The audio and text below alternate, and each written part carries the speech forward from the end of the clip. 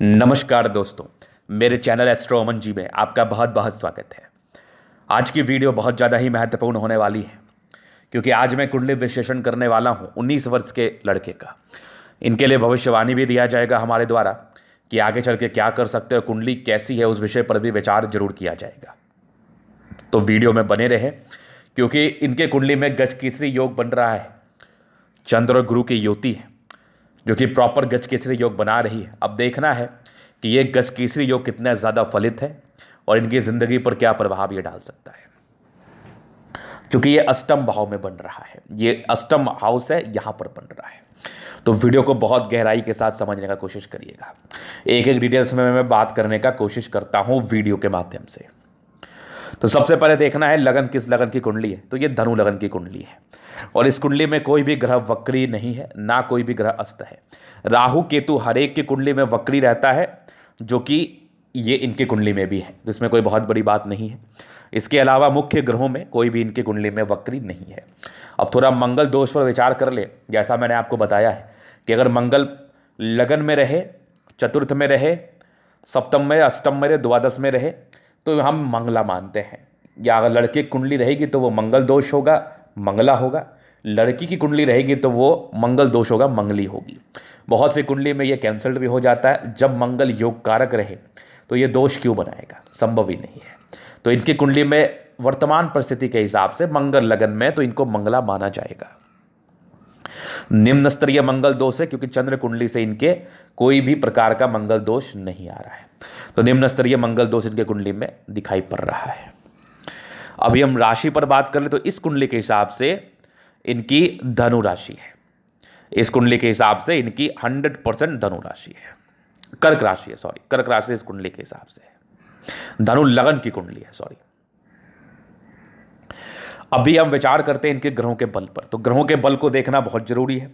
जैसे इनकी कुंडली में सूर्य 27 डिग्री पर बैठा है तो ये क्या इंडिकेट कर रहा है कि जब सूर्य 27 डिग्री पर बैठा हो तो ये इंडिकेट करता है कि ऐसे व्यक्ति को सूर्य का फल मात्र 30 to 35% आता है, क्योंकि ये वृद्धा अवस्था में है। ये वृद्धा अवस्था में है, इसलिए इनका फल इनको 30 to 35% के अराउंड ही इनकी जिंदगी पर देखने को मिलता है।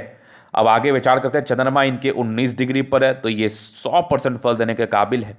किसी भी व्यक्ति के हथेली पर या सॉरी किसी भी व्यक्ति के कुंडली में अगर चंद्रमा 19 डिग्री पर होगा तो ये 100% फल देने के काबिल होगा, इसमें बिल्कुल डाउट नहीं है। तो ये 100% फल देने के काबिल है। मंगल 29 डिग्री पर है तो ये अति वृद्धावस्था में, मृतक अवस्था मान सकते हैं इसको। तो इसके कितने फल आएंगे? इसके मात्र 10 to 15% फल आएंगे। इसके बहुत ज़्यादा अच्छे फल जातक की ज़िंदगी पर नहीं आ पाएंगे। खैर, इस बात का हम परिचय आगे किसी और समय करेंगे, इसी वीडियो में करेंगे आगे। बुध 16 डिग्री पर है तो इनके जीवन पर 100% का अराउंड फल आएगा।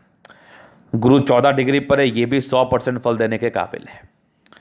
और इनके कुंडली में आगे देख लूँ तो शुक्र 24 डिग्री पर, ये भी 80% फल। शनि 0 डिग्री पर है तो फल बहुत कम आने वाला है।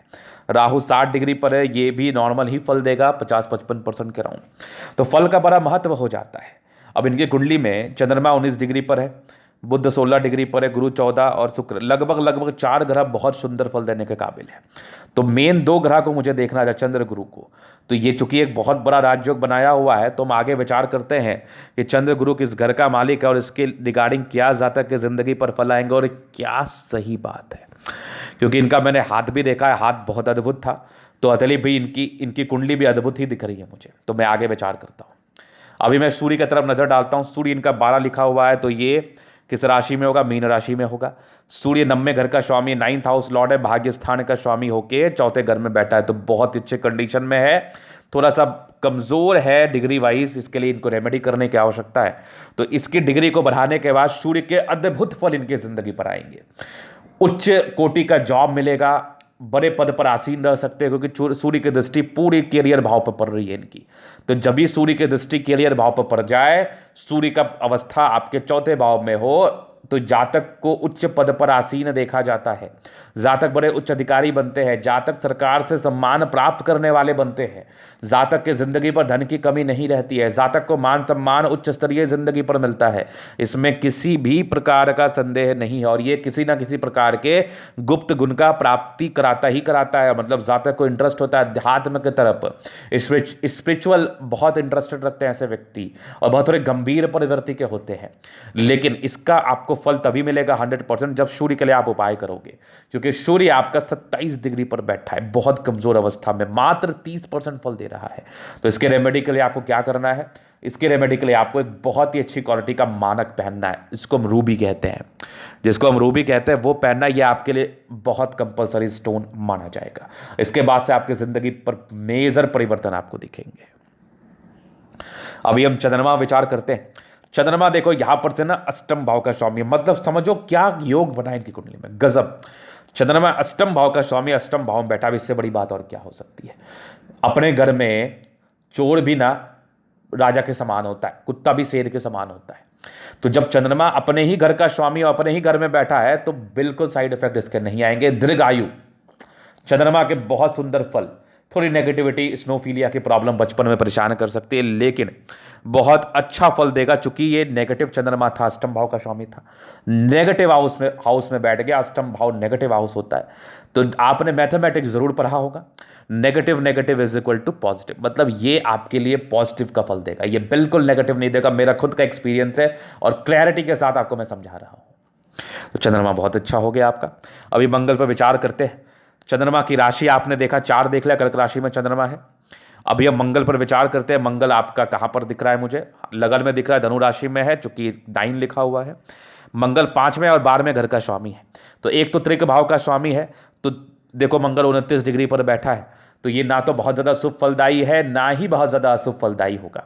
क्योंकि पंचमेश का स्वामी भी मंगल है, तो अगर आंशिक फल भी जातक को मिलता है तो जातक के लिए अच्छा रहेगा। लेकिन थोड़ा सा 12वें भाव का स्वामी होने के बाद थोड़े खर्चीले प्रवृत्ति को बताता है। क्योंकि मंगल लगन में बैठा है, लेकिन डिग्री वाइज बिल्कुल भी बली नहीं है, तो ये ज़्यादा साइड इफेक्ट नहीं दे पाएगा। और मंगल दोष आपका कैंसिल हो गया। जब मेरे में ताकत ही नहीं है तो मैं दोष क्या बनाऊंगा, या मैं योग ही क्या बना पाऊंगा? ये तो सोचने की बात है ना तो मैं दोष बना पाऊंगा, ना ही मैं योग बना पाऊंगा। तो इसमें इतना टेंशन लेने की कौन सी बात है? कोई चिंता करने की आवश्यकता नहीं है। तो ऑटोमेटिकली आपका मंगल दोष कैंसिल है। बाकी फिर भी इस केस में जैसा मंगल आपका बैठा 28 वर्ष के बाद ही शादी होती है। तो ये तो होगी मंगल का फल। और 5वें भाव का स्वामी है, तो पढ़ाई लिखाई कारक स्थान का स्वामी होकर लगन में बैठा है, तो ये दर्शा रहा है कि जातक अच्छे पढ़ाई लिखाई में माहिर होते हैं, लेकिन खर्चीले प्रवृत्ति को होते हैं। इस बात को ही बता रहा है, चूंकि खर्च का स्वामी भी है। अभी हम बुध पर विचार करते हैं। बुध इनका कहाँ बैठा है ये देख लो आप। बुध इनका यहाँ पहला बैठा है, तो मेष राशि में पहला मेष होता है, समांतर राशि में 7वें 10वें घर का स्वामी है, पत्नी कारक स्थान का स्वामी, करियर का स्थान का स्वामी है, 5वें भाव में बैठ गया। डिग्री वाइज देखो तो बहुत बलिया, मतलब कमाल, बेमिसाल है। बुध आपका बहुत जबरदस्त है, समझदारी बड़ी अच्छी है, संतान सुख की प्राप्ति होती है। जातक के पहले संतान पुत्र होने की संभावनाएं होती हैं इस केस में। बाकी पढ़ाई लिखाई कारक क्षेत्र से इनको धन लाभ होता है, बुद्धि से अपने करियर को बनाते हैं और जातक जिंदगी पर बहुत आगे बढ़ते हैं, बिल्कुल डाउट नहीं है, बहुत आगे बढ़ते हैं, क्योंकि बुध इनका कमाल का है। 10वें भाव का स्वामी है, तो करियर को बहुत अच्छा बनाता है। 7वां भाव पत्नी कारक स्थान का स्वामी है, मतलब वाइफ बड़ी अच्छी मिलती है। अब बृहस्पति पर विचार करते हैं।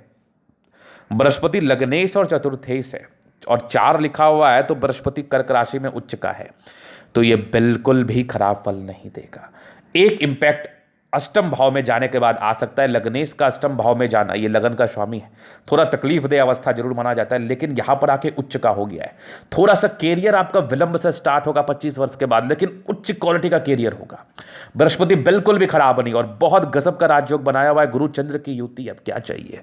प्रॉपर गज केसरी योग, डिग्री वाइज बली, जातक की जिंदगी पर बहुत जबरदस्त पद पर आसीन रहेगा, और जातक अपने जिंदगी पर बहुत नाम और शौहरत को पाएगा। लेकिन हाँ, डीले होगा थोड़ा, क्योंकि लग्नेश है, अष्टम भाव में जाके बैठा है, तो थोड़ा डीले कराता है। 25 वर्ष के बाद कामयाबी कराएगा, मेहनत करने के बाद कामयाबी होगा। उच्च का बृहस्पति, स्वाग्रही चंद्रमा अष्टम भाव में जाके बैठ गया, मृत्यु पर विजय प्राप्त करने वाला ऐसा व्यक्ति होता है। ऐसा व्यक्ति एक घर मकान, मतलब एक बहुत बड़े संस्थान का नेतृत्व करने वाला होता है। ऐसा व्यक्ति बहुत ज्ञानी प्रवृत्ति का होता है, लेकिन जातक की जिंदगी पर विपरीत परिस्थिति बनती है, इस बात का ध्यान रखना। जातक की जिंदगी पर विपरीत परिस्थिति बनती है किसी भी प्रकार के कामयाबी को करने से पहले। इस बात का बहुत ध्यान रखने की आवश्यकता है। मतलब इसके लिए आपको पूरा केयर करना पड़ेगा और कुछ समय के बाद आपको कामयाबी मिलेगी, 25 वर्ष के बाद, लेकिन बहुत जबरदस्त कामयाबी मिलेगी। अभी विचार करते हैं आपके शुक्र पर। अब देखो एक बात और ध्यान रखना, गजकेसरी योग तभी आपका फलित होता है जब दोनों डिग्री वाइज बली हो, अच्छे घर का स्वामी हो, या फिर नेगेटिव भाव का भी स्वामी हो के अगर सही युति के साथ बैठ गए हो तो ज़्यादा अच्छा फल देता है। अब कोई दो ग्रह है, जैसे बृहस्पति गुरु की युति आपकी कुंडली में, गुरु बिल्कुल पावरलेस है और चंद्रमा आपका पावरफुल है, तो बहुत अच्छे फल नहीं आएंगे। इस कुंडली में क्या है, गुरु चंद्र दोनों पावरफुल अवस्था में, लग्नेश अष्टम भाव में बैठ गए, थोड़ा सा नेगेटिव है जो इंसान के स्टार्टिंग फेज में थोड़ा स्ट्रगल को इंडिकेट करता है, लेकिन उसके बाद बहुत बड़ी कामयाबी। आपने सुना ही होगा कि बहुत मेहनत किया उस व्यक्ति ने, लेकिन आज देखो किस शिखर पर है। तो वही वाली कुंडली है इनकी, वही वाला योग इनके कुंडली पर है। ये मेहनत करेंगे, लाइफ में आगे बढ़ेंगे। अब शुक्र पर हम विचार करते हैं। शुक्र इनके 11 लिखा हुआ है यहाँ पर से, तो 11 क्या रिप्रेजेंट करता है, 11 रिप्रेजेंट करता है कुंभ राशि। तो छठे 11वें घर का स्वामी है। छठे घर का स्वामी अगर तीसरे घर में बैठ जाए तो ये विपरीत राज्यों के कंडीशन में है।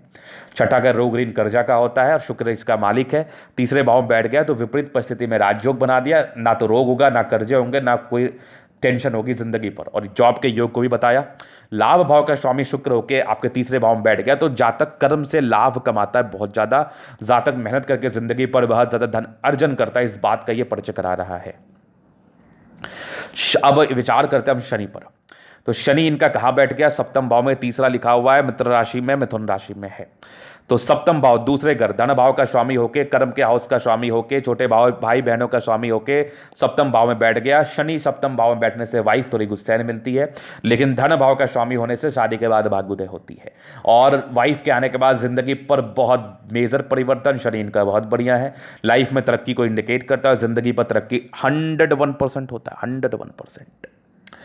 अभी हम विचार करते हैं राहु केतु पर। अब देखो मैं एक बात बताता हूं, राहु और केतु छाया ग्रह है। अगर राहु और केतु का प्लेसमेंट छठे और 12वें भाव में बैठ जाए हो जाए तो समझना ये आपकी कुंडली में खराब नहीं है, क्योंकि राहु नेगेटिव है और नेगेटिव हाउस में बैठ गया तो पॉजिटिव का फल देगा। केतु नेगेटिव है, नेगेटिव हाउस में बैठ गया तो पॉजिटिव का फल देगा। तो राहु केतु आपके छठे और 12वें भाव में धनु लगन में बैठ जाए तो ये अच्छा माना जाता है, बहुत कुंडली में देखा गया है। तो राहु केतु भी आपका गड़बड़ नहीं है। राहु की अगर दृष्टि की मैं बात कर लूं तो राहु की दृष्टि, राहु ऐसा वृषभ राशि में है, आपके 2 लिखा हुआ है तो वृषभ होगा। केतु आपके वृश्चिक राशि में 12 लिखा हुआ, 8 लिखा हुआ है तो वृश्चिक होगा।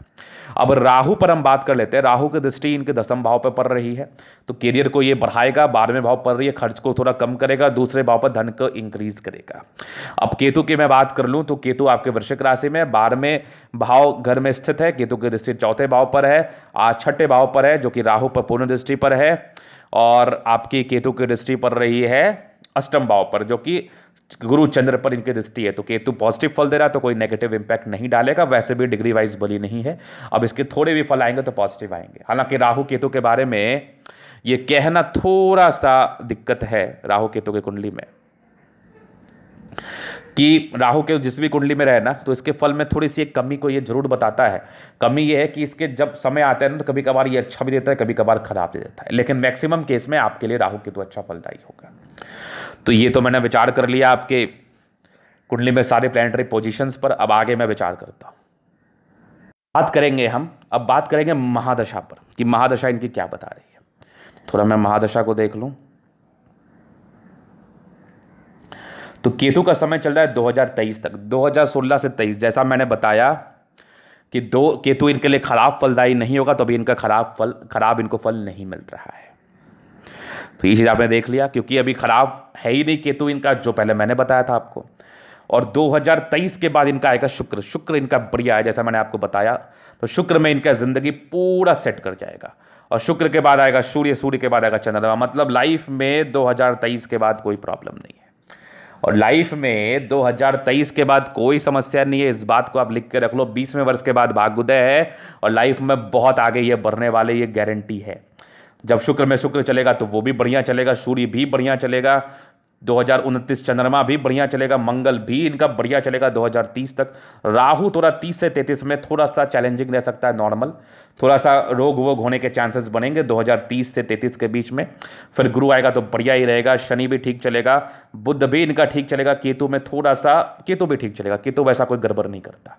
तो बस एक समय आपका गड़बड़ रहेगा शुक्र में 2030 से 33 तक। बाकी शुक्र की महादशा में जिंदगी एकदम खतरनाक, एकदम खतरनाक, कोई प्रॉब्लम नहीं। और उसके बाद अगर मैं विचार कर लूँ, शुक्र के बाद सूर्य, ये भी मजेदार, चंद्रमा भी मजेदार।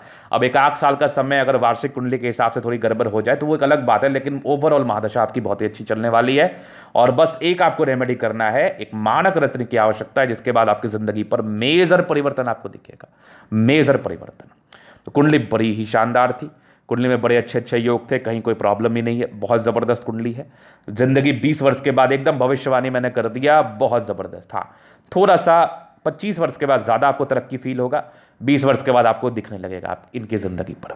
तो ये था इनकी कुंडली का पूर्णतः विश्लेषण। अगर आपको ये वीडियो पसंद आया और आप व्यक्तिगत रूप से मैं से कुंडली दिखाना चाहते हैं और हस्तरेखा दिखाना चाहते हैं तो हमारा व्हाट्सअप नंबर डिस्क्रिप्शन में मिल जाएगा, लेके आप संपर्क कर सकते हैं। धन्यवाद।